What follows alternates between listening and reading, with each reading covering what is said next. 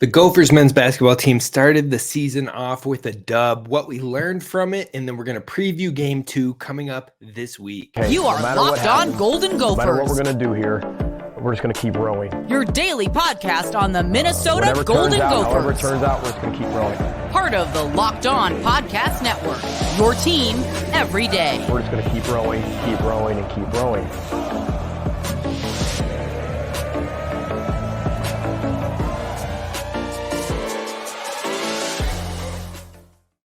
You're listening to Locked On Golden Gophers, part of the Locked On Podcast Network, your team every day. My name's Kane Rob, host of the podcast, former collegiate football video coordinator and recruiting assistant here to talk Golden Gophers with you each and every day of the week, Monday through Friday. Now we're going to dive into our preview for the Purdue versus Gophers matchup tomorrow, along with previewing the women's basketball season, which kicks off tomorrow as well. I will be in tow in the barn for that one, so if you want to follow along and get the updates of the game, be sure to follow me at Gophers Kane Rob. But today we're talking about Gophers men's basketball. They got a dub on the opening night against Bethune-Cookman. We're going to talk about that victory, what we learned from it, the positives to take away, as well as the things that need to improve. Then we're going to talk about these freshmen on this basketball team, because last year's freshmen had a ton of minutes. Are we expecting the same thing this year, or what will that look like? And finally, we're going to preview Friday's matchup for the men's basketball team against UTSA. So be sure to hit subscribe over on YouTube so you do not miss any Gophers content. We're churning it out for you on the daily. If you enjoy this show, if you know other Gophers fans out there, tell them about the channel, tell them about the podcast, wherever they get podcasts at Locked On Golden Gophers. Help spread the word as we get into basketball season, as well as we'll get some hockey talk on here as well. I know I've been slacking on the hockey talk lately. I'm going to get some experts on here, and we're going to dive into what we've seen so far with Gophers hockey season. That'll be coming up next week, so definitely be sure to hit subscribe so you do not miss that. Now let's talk about men's hoops, and today's show is brought to you by Gametime. If you download the Gametime app, you definitely are going to want to use promo code LOCKEDONCollege to get $20 off your first purchase. It's the best price guaranteed for last minute tickets, so you definitely want to download the Gametime app. But let's talk about Gophers men's basketball, because yes, it is just one game they got to win in, and they should have dominated this team. It's like one game against a team that they absolutely should have dominated.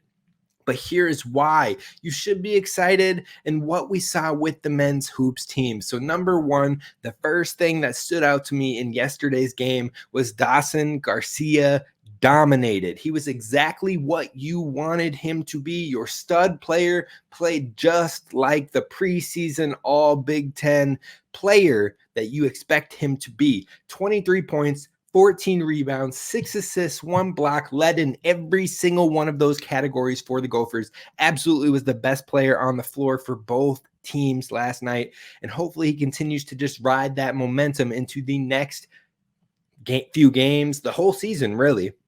But what you like to see is that he led all those statistics, and it wasn't really close. He absolutely dominated. He was the best player on the floor, but he wasn't selfish. He wasn't hogging the ball by any means. He led the team in assists, so he was getting everyone involved in a game in which the Gophers struggled to rebound the ball. A team that in Bethune-Cookman, who was 349th in the net rankings last year, out-rebounded us. That is not okay.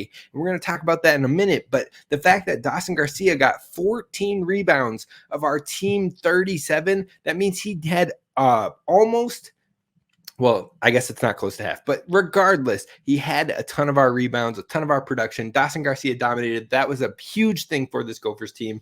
But the thing that is most exciting for me that we learned from this men's basketball team in game 1, at least, is that this team is going to give a lot of teams, regardless of level, whether it's low major, high major, Big Ten, I don't care. This team is going to give problems defensively to other teams with the length and the reach that is consistent across the board on this team. The versatility of this team should allow us to switch most defensive matchups and remain fluid.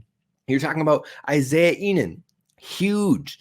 Carrington, nice wingspan. Ola-Joseph, big player, athletic. Payne, huge. Garcia, huge. Jack Wilson, huge, doesn't even start to describe that man. All extremely long. And then you got Parker Fox. He's athletic and he's not small by any means either. So this defense should be the staple of this Gophers team.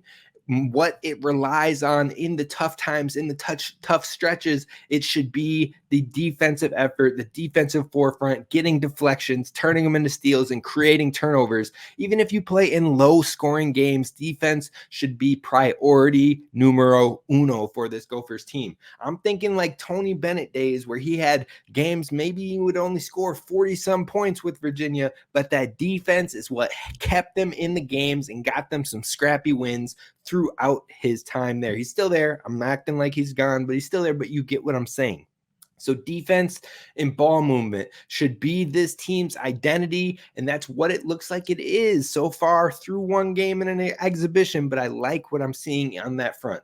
Now, the third point that I really like to take away from this game, Elijah Hawkins will find ways to score. He's got some swagger to him, creativity. He can handle the rock. You don't have to worry about his pocket getting picked all the time. I am excited to see his continued growth on the season this year, especially with the program. He had big moments with Howard, got them to a tournament last year, and he could be a very big player for the Gophers, not only this year, but he has eligibility moving forward too. So Elijah Hawkins is definitely a name I'm excited by. Two more positive takeaways from the Gophers. The first being the energy is high. Garcia, Parker Fox, Carrington, Josh Ola-Joseph, Mike Mitchell, Elijah Hawkins. Anytime a big play happens, they are firing their guys up. They are stoked. They are jacked. They are chest bumping. They are getting it going.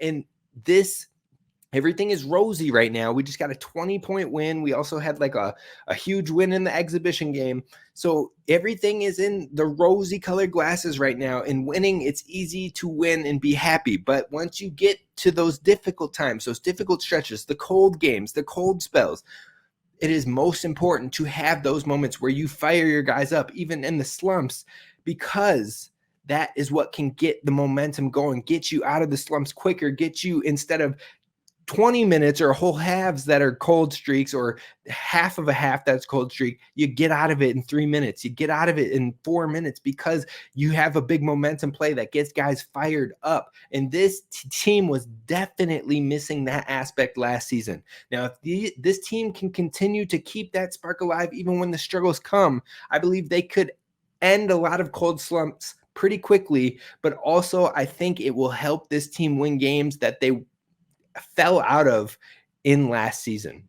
Now, the final thing very quickly that I was happy about, positive with this game, is that this team made their free throws. 77% from the charity stripe. Great to see the gimmies actually be gimmies, and that needs to continue as the season rolls on.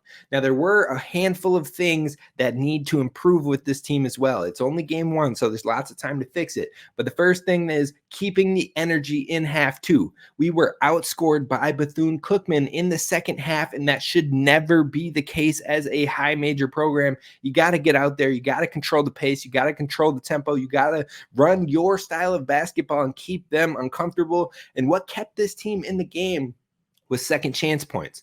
Now, the second thing that needs to improve is Pharrell Payne still dealing with a nagging injury? That was a question I kind of had with this one. He got the start, but he only got 16 minutes on the floor. And in those 16 minutes, he had 3 shot attempts and 2 rebounds. It definitely feels like he's not 100% quite yet. So hopefully it's something that will be very short and not something that drags on throughout the beginning stages of the season. Now, the final 2 things and the more important things that the Gophers will need to improve moving forward. The first being 3-point shooting. It has to get better. It has to get more consistent. 29.4% from deep last night, but thankfully the ball movement and the attacking in the paint led to 52.2% shooting from the field overall. But if they can't at least get the threes to fall consistently around maybe 32-33%, it could be rough against some opponents based on their play styles or based on personnel matchups. So they're going to have to find some more consistency shooting from deep. But the biggest thing that needs to be fixed moving forward is the rebounding. Now, look, we know in the Big Ten, you have to rebound. Losing the battle of the boards to Bethune-Cookman is not acceptable by any means. Given Bethune-Cookman 22 offensive rebounds to Minnesota's 9, that is not okay. And it's the only reason that this game was only a 20-point victory as opposed to a 30-plus point victory is because you couldn't clean up the glass and take away the second chance points. So only Dawson Garcia had more than 5 rebounds. That's not a good thing. I mean, great for Dawson Garcia with the 14, but you have to get more contributions from your team on the boards, especially your other big men. Now, I love contributions on the boards from Mike Mitchell Jr. with 5 rebounds, but Josh Ola-Joseph and Pharrell Payne being out-rebounded by Mike Mitchell Jr. and Braden Carrington cannot happen on a regular basis. So they've got to clean that up and get better on the boards as we strive towards league play. Now, coming up next, we're going to talk about the expectations of the freshmen on this team, because last year we had 4 freshmen that contributed heavily. 3 are back for the first time, and it's starting to build something that looks positive for the Gophers. So what will this year's freshmen do? That's what we're going to jump into coming up next.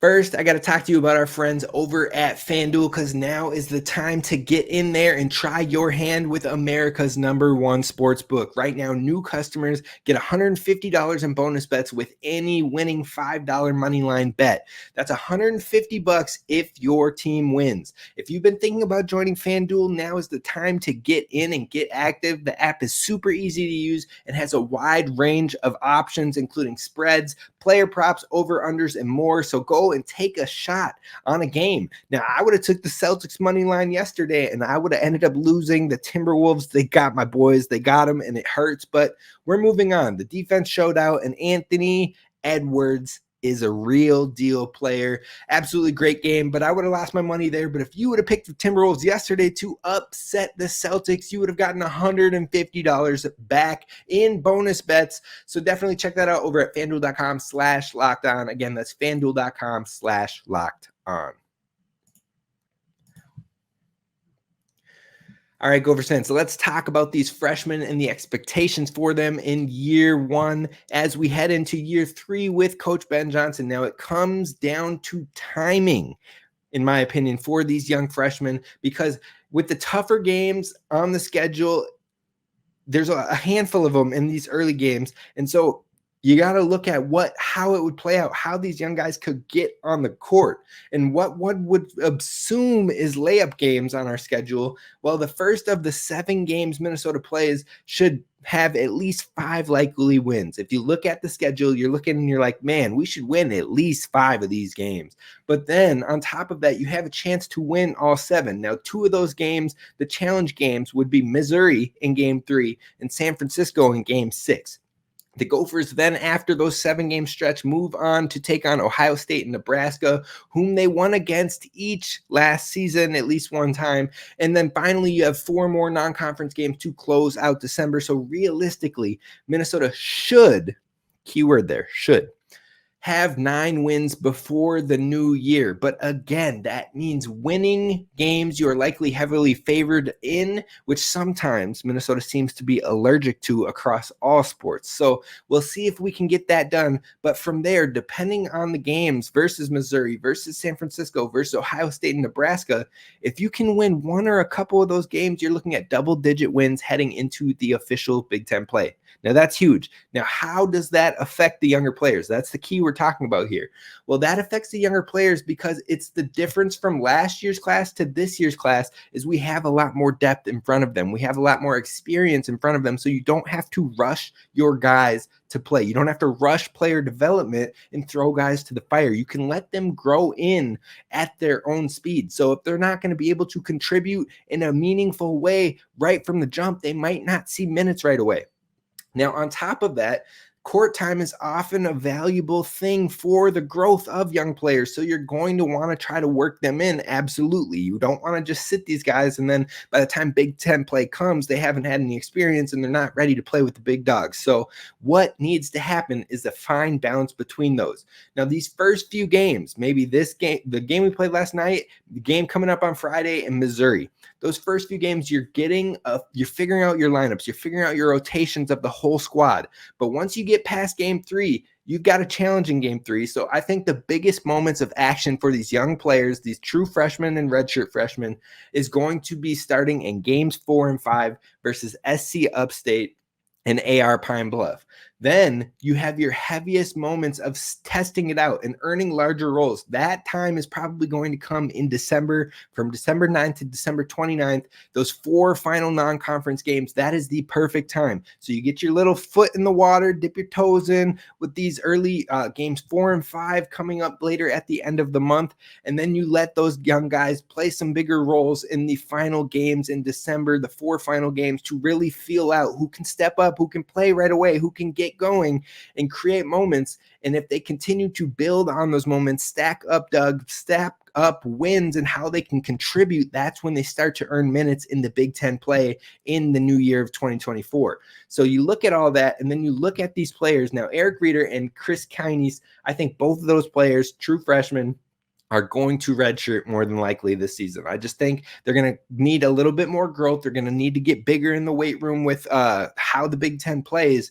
But I think Cam Christie, who is a true freshman, who came in, and we've heard some great things about him since he's come to campus. And then you have Caden Betts, who's been with the program for an entire year so far as a redshirt. I think those two will see time. We talked about yesterday. I said I think there's a core 8, but then Cam Christie and Caden Betts will work their way in some minutes. Now, early on, I think it'll be slow. And we saw last night, Caden Betts only got like 5 or 6 minutes on the court. But I think once we hit game 4 or 5, Caden Betts might be seeing close to 10 minutes a game. Maybe Cam Christie, after he's healthy, he's dealing with an illness right now, maybe he sees around 12 to 13 minutes a game. And you see how they contribute, how they stack up, how they play at that speed. And if it's not too fast, if it seems like they're contributing or finding ways to be very productive, that is when you're going to start to see minutes tick up. But until then, you don't have to rush them. Now, Cam Christie brings some great mid-range game. He brings some great ISO creation, and that's something the Gophers could need in cold spells. So I think you want to get him going and see what happens there. He also has nice length to him, still needs to build a little bit more muscle, but he's got decent size for what we've seen from him as a senior in high school till this point. He's definitely been working on his craft, but I've heard from players on this team, from coaches on this team, that he is absolutely a creative mid-range pull-up shooter and a threat in that front. So that brings an element that this team doesn't necessarily have. So that could be huge for them. Caden Betts on the other side, very athletic, very long. Again, another big player who could be a great wing for this team. And he has a knockdown three-point shot. And we already talked about how the Gophers struggled with three-point shooting in game 1 and all of last season. So if Caden Betts can find his shot, then that will be huge. But I believe he started 0 for 2 in this first game. So he's definitely still got those early jitters. He's going to warm up to it. But after he gets that consistency, once he finds a way to start knocking down the threes, you find him in the corners and whatnot. That's how you can get those moments going, those runs spurting, is by having a knockdown three-point shooter like that. And he's still super athletic. He can jam, he can move. So I think both of those players have shots to play roles, but it's going to take some time. It's not going to be like last season where we're seeing Ola-Joseph and Payne and Carrington playing 20 plus minutes a night because they had to. Right now, you don't have to. And barring health, I think you'll see them carve out roles, but it'll how they do in those little roles will likely determine how much time they get in this upcoming season, barring health of this roster. Now, the final thing we're going to talk about on today's show is this next matchup coming up on Friday at 6:30 at the Barn, and that's versus UTSA. Who are the players that you need to be aware of, and can the Gophers add another win? We're jumping into that one coming up next. First, I got to talk to you about our friends over at Gametime, because Gametime has killer last-minute ticket deals and their best price guaranteed, so you can stop stressing about getting tickets and have more fun, have time looking forward to the game. Now, yesterday, I went and saw the my Celtics take on Minnesota Timberwolves. It hurt that they lost, but you know what? It was a fantastic game, and the great thing that I loved with Gametime was I was able to see what my seat view would look like prior to actually going to the game. And the best part is the seat view, I was like, okay, this looks pretty nice. Then I get to the actual seats and chef's kiss.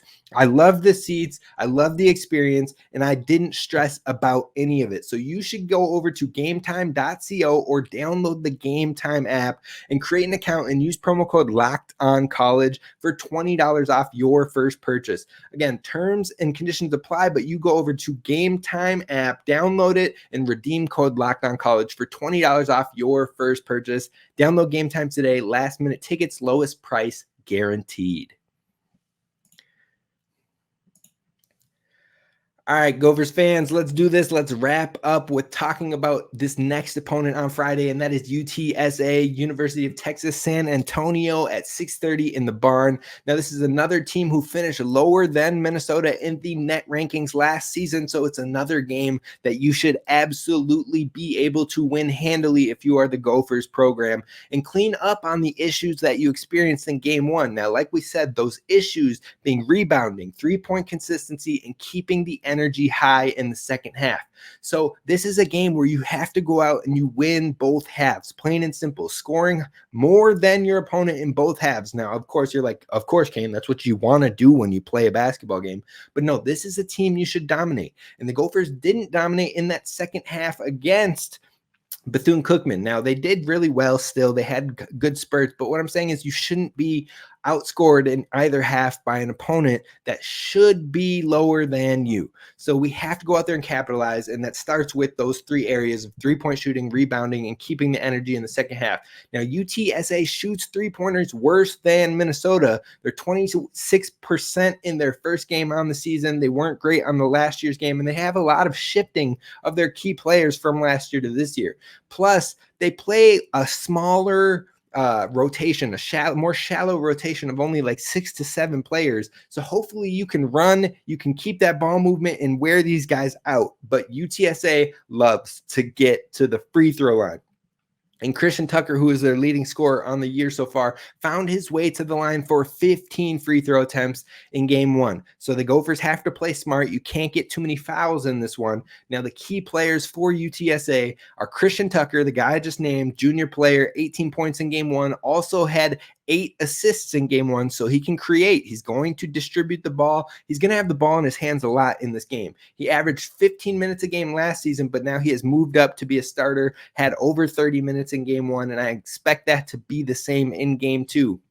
Then you look over to their big man, Carlton Lingard Jr., senior, 7-foot center. He got a double-double in game one, and he was at Kansas State. He transfers in to UTSA because he was only seeing about 8 minutes a game over at Kansas State, but he understands what it means to play at a power or a high major level. Now, more opportunities at UTSA will allow him to get more opportunities like he saw in a double-double in game one, but you have to get a guy like that into foul trouble early. And if this Gophers team can do that, if you can get him into foul trouble and get him off the floor, they're very likely going to struggle with handling Payne and Garcia. They won't have very many players that can match up with them. So Carlton Lingard Jr. is going to be a key player for UTSA. And the final one, Trey Edmonds, a junior forward, 15 points, 8 rebounds in game one, transferred from Utah Tech. He does not shoot threes.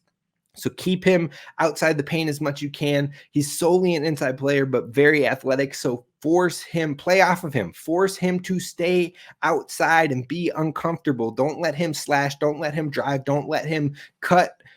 Keep him uncomfortable. Those are the 3 players I'd say to keep an eye on in this next one. If Minnesota can clean up the boards and second chance points while continuing to push the pace and lean into that defensive identity, then the Gophers shouldn't have any problems in this game either. Keep building the confidence now in preparation for the tough one soon. But if Minnesota can put together and they take a step up like we want them to, and like many anticipate they will, then I believe Minnesota could win 7 or 8 conference games. Now, that might not sound like a ton to you, but last year we had 2. So even if you get 7 or 8 conference wins and then you handle your rather friendly non-conference schedule that you have a lot of games at home, Minnesota could be looking at a 17-18 win season, which would put you close to or just above 500. That's a big jump for this team that has seen struggles over the last 2 years. Hopefully that isn't looking at the season with rosy-colored glasses, but rather a more realistic lens. We're going to find out one way or the other, and you're going to want to be subscribed to Locked On Golden Gophers to make sure you get all of that daily content as we get further into the season. Until next time, I'll see you tomorrow where we're talking about the matchup of Purdue versus the Gophers for football, and we're going to talk about the women's basketball team as well. I'll see you then. Row the boat, Sky, my Gophers, and as always, don't forget to subscribe.